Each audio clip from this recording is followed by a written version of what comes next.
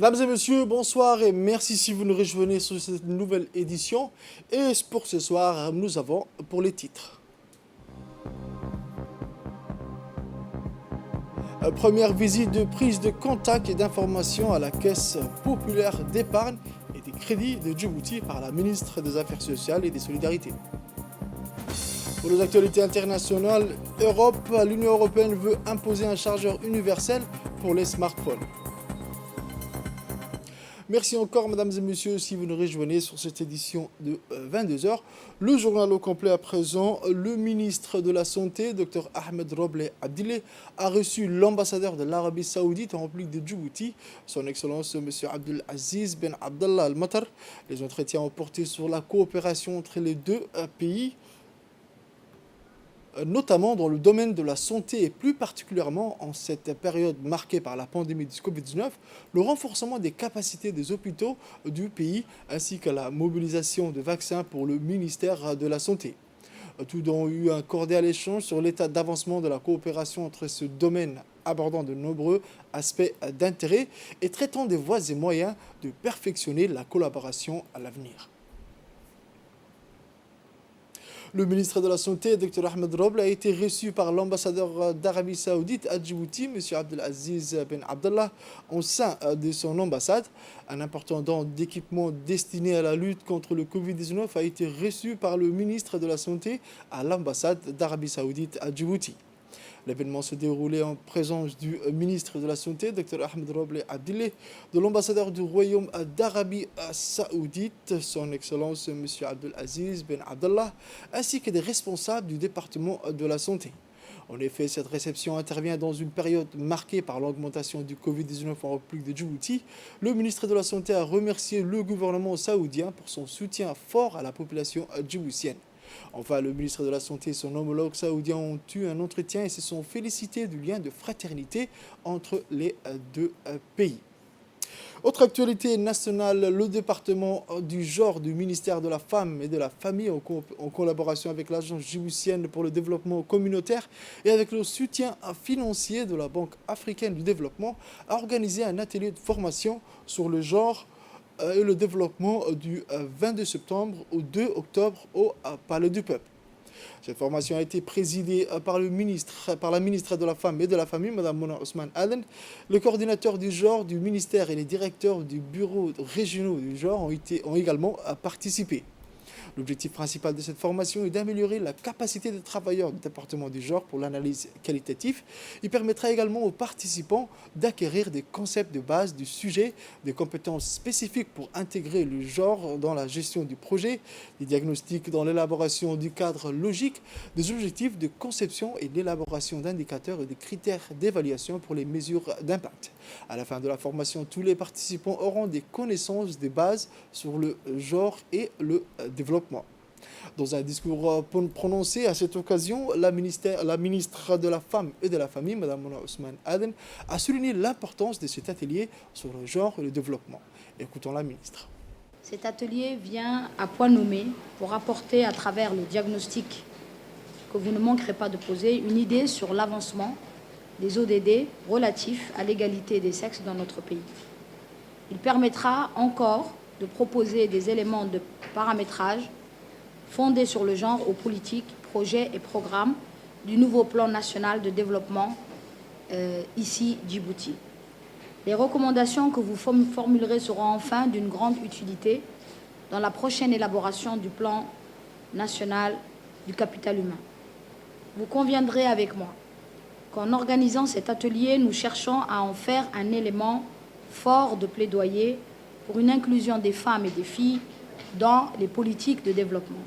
Mesdames et messieurs, la femme djiboutienne montre aujourd'hui qu'elle est capable d'éviter certains rôles sexués. Elle est autant mère de famille que femme en uniforme, autant femme allaitante que cadre supérieur, autant femme issue d'une de nos régions que députée nationale. Cette situation doit beaucoup à la volonté politique qui anime notre président de la République, son Excellence Ismaël Omar Guelleh, qui est toujours à l'écoute des pulsions qui animent les femmes djiboutiennes. L'allongement de la durée des congés de maternité à 6 mois en est une illustration parmi tant d'autres.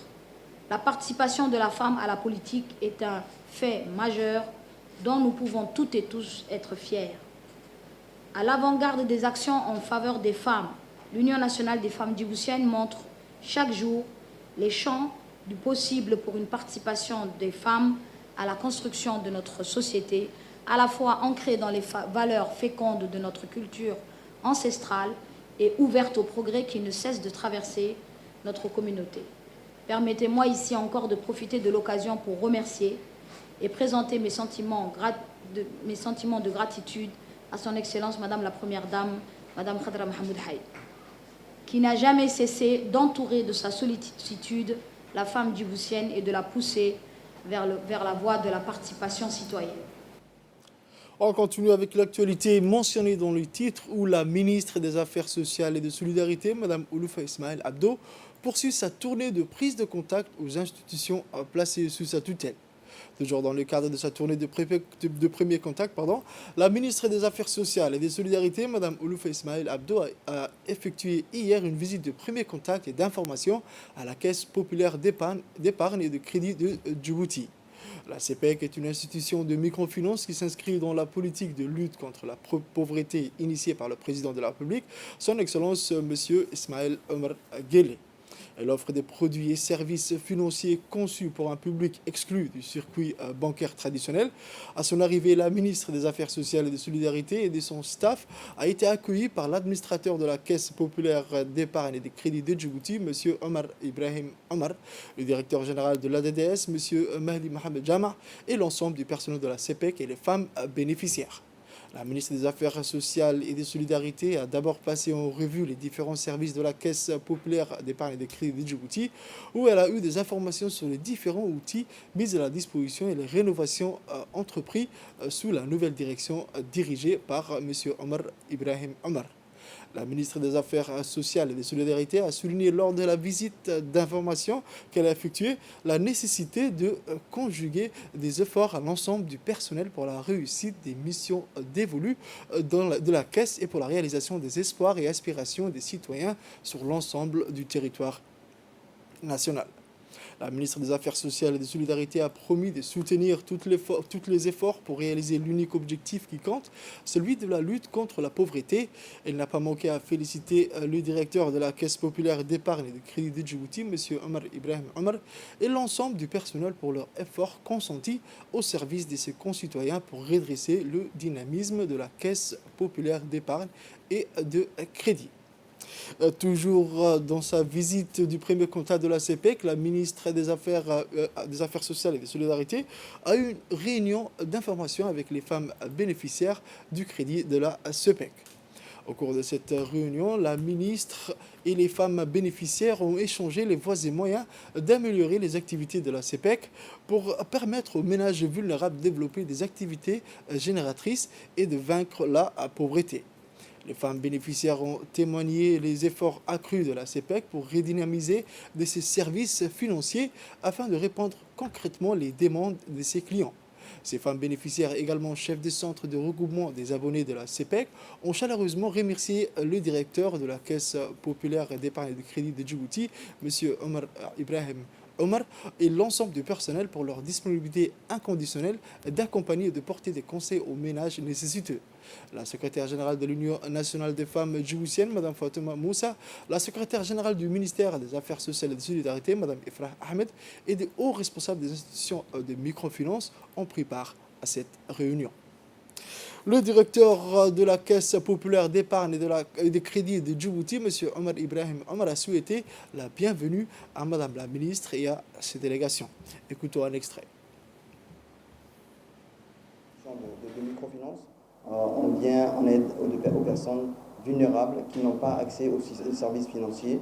Donc nous travaillons avec nos mamans qui ont initié ces projets de la microfinance, donc avec l'UNFD.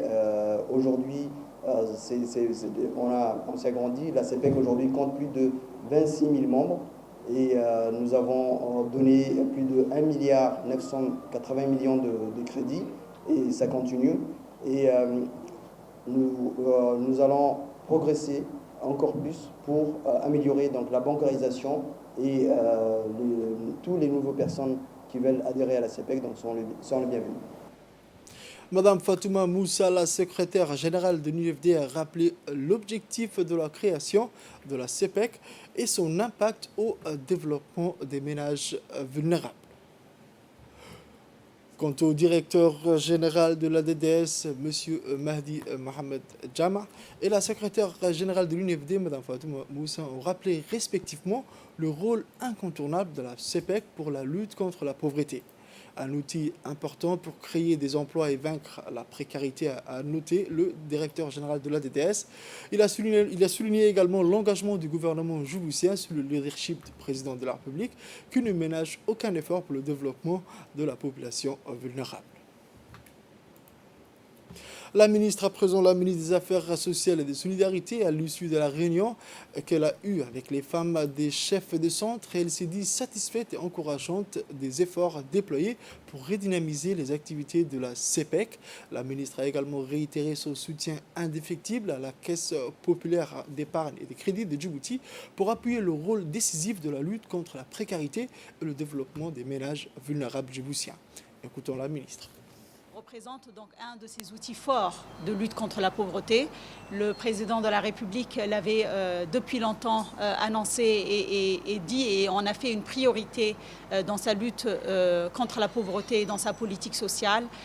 Depuis la création de la DDS en 2008, depuis également l'annonce de la première initiative nationale de développement social en 2008, la CEPEC a été une des caisses les plus recommandées pour organiser les plus vulnérables d'entre nous et les aider à mieux gérer, à mieux s'imprégner, à d'ailleurs épargner, parce que c'est un concept qu'on oublie souvent.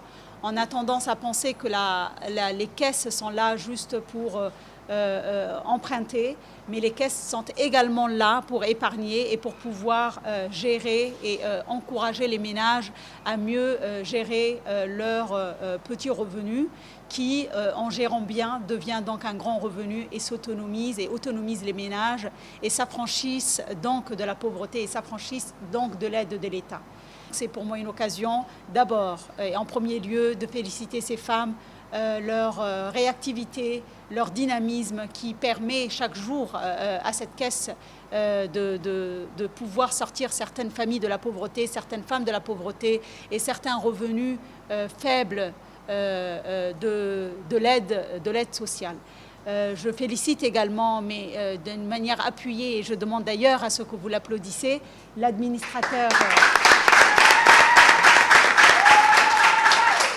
C'est grâce à la volonté de tout le monde, mais d'abord et en premier lieu, après Allah, celle du président de la République, Al-Hajj Ismaïl Omar Guelleh,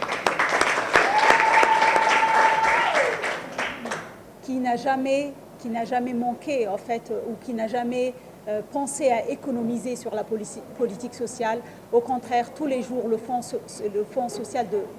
national de solidarité ne fait qu'augmenter ses revenus et ses recettes grâce à la volonté du président, parce que c'est grâce au FSN que nous pouvons donner également des lignes de crédit sur recettes propres de l'État, sur recettes propres du gouvernement à la population la plus vulnérable d'entre nous.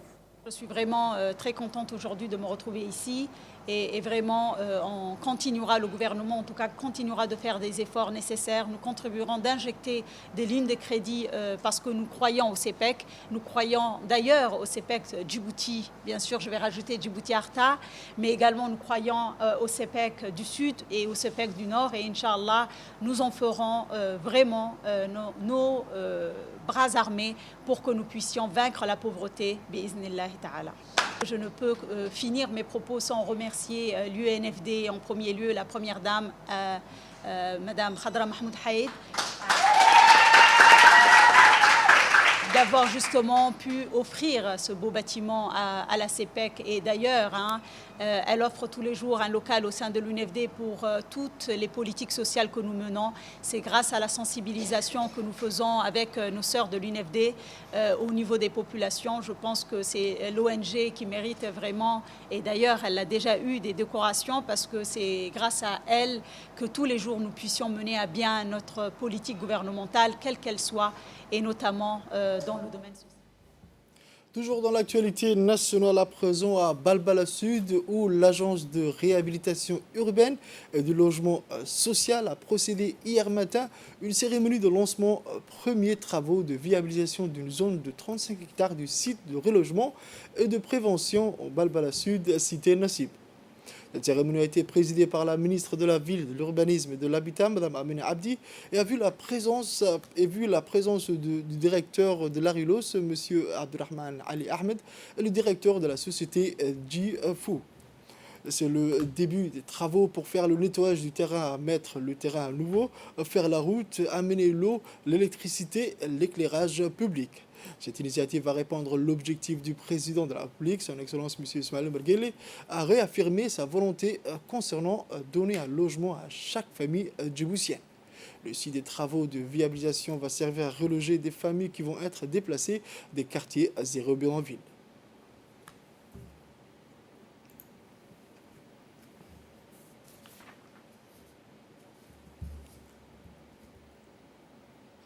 On vous remercie encore une fois de la confiance de Arilos. On a été attribué encore une fois pour un projet très important après le projet de Vari Palapla Sud. Notre société Djifosal, on travaille à Djibouti depuis 1981. Jusqu'à maintenant, on est presque 40 ans à Djibouti. Et puis ce projet, il s'agit d'un projet de travaux de viabilisation de Maï 2, Maï 3 pour la prévention et relogement. Palapla Sud. C'est un projet très social et très important pour régler le problème des habitats de logement pour les populations. On est très fiers et très heureux. On va faire tous les efforts pour finaliser ce projet dans le délai contractuel. La ministre de la Ville, de l'Urbanisme et de l'Habitat, Mme Amina Abdi, a réagi après le lancement des premiers travaux de viabilisation de cette zone. Écoutons la ministre. Aujourd'hui, nous sommes sur le site qui est appelé Nassib. Les maisons de la fondation sont ici. Ça, c'est un nouveau terrain, donc on est en train de viabiliser. C'est une nouvelle zone qui est en train de s'urbaniser. Et la première partie des travaux, on est sur un site de à peu près 110 hectares. Et va commencer avec l'entreprise G-Fou, et donc sous la supervision de services du ministère, dont Arilos et les autres services, les travaux de viabilisation d'une première zone de 35 hectares. Mais l'ensemble des travaux sont beaucoup plus importants. Mais ça, c'est le début des travaux. En quoi ça consiste? Je pense que vous le savez, il y a les routes. Donc d'abord le nettoyage du terrain, mettre le terrain à niveau, faire les routes, amener l'eau, amener l'électricité, amener l'éclairage public. Et il y a un élément très important auquel de plus en plus on fait attention, c'est comment évacuer les eaux de pluie. Il faut qu'on prenne en compte cet aspect parce qu'avec le changement climatique, avec le phénomène pluvial qui est de plus en plus fréquent dans notre pays, il faut qu'on fasse attention et qu'on prépare aussi les réseaux pour évacuer les eaux. Et à partir de là, il s'agit de parcelles sociales et donc ce sont des ménages qui ont des revenus faibles qui vont venir être installés sur ce site-là. Ça répond aussi des objectifs que le président de la République nous a donnés, donner un logement à chaque famille djiboutienne, un logement décent. Ce site dont les travaux vont commencer aujourd'hui va servir à reloger des familles qui vont être déplacées des quartiers zéro bidonville parce qu'ils seront touchés par des emprises de voies ou par des équipements et aussi loger des gens qui veulent être premiers propriétaires et qui n'ont pas jusqu'à présent une propriété immobilière pour eux. Toujours dans l'actualité nationale, une importante cérémonie de signature par visioconférence portant sur l'accord d'actionnariat et de partenariat dans la gestion du projet de redéveloppement de l'ancien port de Djibouti a eu lieu ce matin à l'autorité des ports et des zones franches. Pour rappel, l'accord d'investissement a été signé le 29 décembre 2020 et ces deux nouveaux accords viennent compléter la batterie de documents juridiques ouvrant voie à la construction et à l'opérationnalisation de Red Sea World, société propriétaire du projet, et Red Sea Global, société en charge de la gestion du projet. La cérémonie a regroupé en plus du président de l'autorité des ports et des zones franches, M. Abakar Omar Hadi, représentant de Great Horn Investment Holding, les autres partenariats, notamment les représentants du China Merchant Port, les représentants de China Merchant, tous les deux filiales du China Merchant Group. Ont participé également à la cérémonie M. Mohamed Abdallah, directeur financier, et M. Mohamed Aden Wabri, conseiller du président de l'autorité des ports et des zones franches. À présent, le commandant de la garde-côte djiboutienne, colonel Waïs Omar Boghare, et le directeur général de l'hôpital Pelletier, M. Zakaria Aouled Ahmed, ont co-présidé une cérémonie de clôture d'une formation destinée à l'obtention d'attestations marquant la fin d'une longue série de stages théoriques et pratiques dispensés au profit de la première promotion des agents paramédicaux de la garde-côte djiboutienne. Les agents de la garde-côte djiboutienne ont bénéficié de ces formations en 2 étapes. D'une part, des séances théoriques qui se sont déroulées au centre d'instruction navale du camp d'Oralé et qui avaient pour concept d'acquérir le socle de connaissances vitales, suivi des séances pratiques médicales d'infirmiers, aides-soignants, techniciens de radiologie et techniciens de laboratoire que les stagiaires ont effectuées au sein de l'hôpital général Pelletier, leur permettant de raffermir les connaissances pratiques dans le domaine de la médecine. Dans une allocution, le commandant de la garde-côte djiboutienne, le colonel Waïs Omar Boghare, a souligné l'importance de ces stages prodigués par le personnel du corps de santé au profit des agents paramédicaux de la garde-côte qui témoignent de la qualité des très bonnes relations entre les 2 institutions. Pour conclure, le colonel Waïs Omar Boghare a aussi exprimé sa profonde gratitude au directeur général de l'hôpital Pelletier pour l'effort constant aux côtés de la garde-côte afin de renforcer les capacités indispensables pour consolider les acquis personnels qui ont suivi ces stages. La cérémonie s'est clôturée par la remise des attestations de réussite aux stagiaires qui ont participé à cette formation. Météo à présent, où la direction de la météo nationale a organisé hier un atelier pour discuter des prévisions saisonnières pour le trimestre prochain. L'atelier était présidé par le directeur de la météo, M. Mohamed Ismail, en présence des principaux responsables de la météo. Dans ce cadre, des précipitations normales sont attendues sur l'ensemble du pays. Des températures plus élevées que d'habitude sont prévues. Selon les prévisions, les premières pluies débuteront à partir du 10 octobre. Écoutons après, pour plus de détails, le directeur de la météo, M. Mohamed Ismail.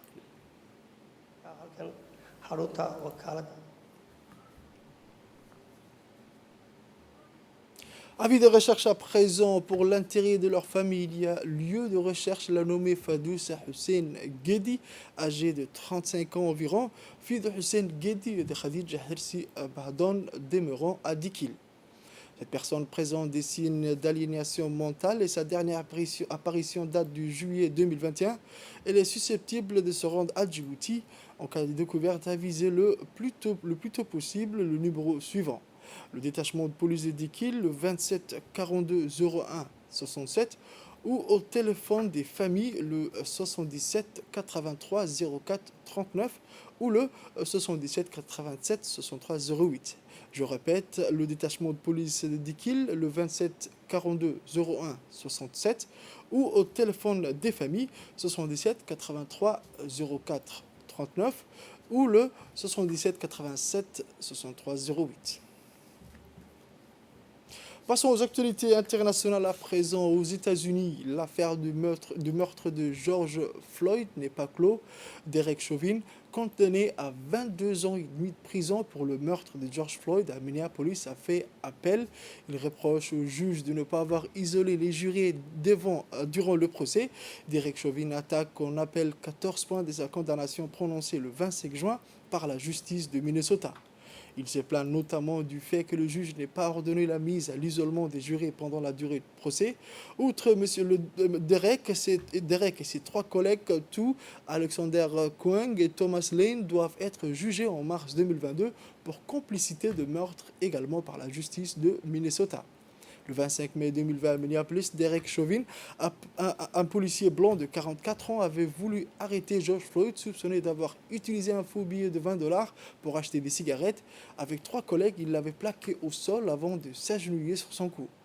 Le policier avait maintenu sa pression pendant près de 10 minutes, indifférent au râle de George Floyd, mais aussi aux supplications de passants de façon affolée, et c'est même une fois le pouls du quadragénaire devenu indétectable. La scène filmée et mise en ligne par un témoin était rapidement devenue virale et avait suscité des manifestations géantes contre le racisme et les violences policières dans les États-Unis et le monde entier. Autre actualité internationale mentionnée dans les titres, bientôt la fin des chargeurs incompatibles encombrant les tiroirs. La Commission européenne a proposé jeudi 23 septembre une réglementation pour imposer un chargeur universel pour téléphone mobile et autres appareils électroniques au nom des droits des consommateurs et de l'environnement. Un projet qui suscite l'opposition du géant américain Apple. La réglementation vise à harmoniser les ports de chargement pour les smartphones, tablettes, appareils photo, casques audio, enceintes et consoles de jeux portatifs et pourrait menacer les câbles de connexion du iPhone du groupe californien.